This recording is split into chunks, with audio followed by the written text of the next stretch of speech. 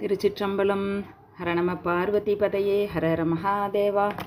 தென்னாடுடைய சிவனை போற்றி, நாட்டவர்க்கும் இறைவா போற்றி. அரசவனத்து அறநிலையம் 13வது குருமகா சன்னிதானம் ஸ்ரீ அம்பலவான தேசிகர் சரித்திரம்.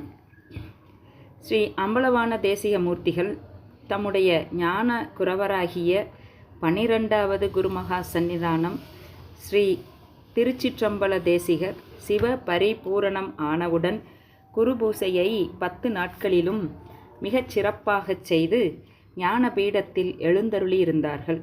பின்பு அடியவர்களுள் சிறந்த சுப்பிரமணியத் தம்பிரான் என்பவருக்கு ஆச்சாரியாபிஷேகம் செய்து சுப்பிரமணிய தேசிகர் என்னும் பெயருடன் தமக்கு 2வது குரவராக வைத்து அருளினார்.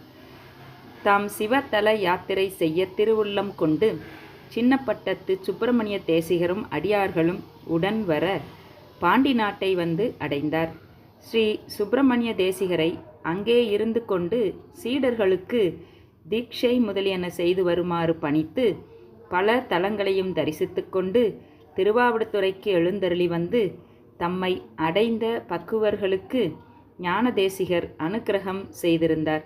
சின்னப்பட்டத்தில் இருந்த ஸ்ரீ சுப்பிரமணிய தேசிகர் 12வது குரவர் ஸ்ரீ திருச்சிற்றம்பல தேசிகரிடத்தே மூவகை தீட்சையும் சைவ சந்நியாசமும் சிவஞானோபதேசமும் பெற்றவர்.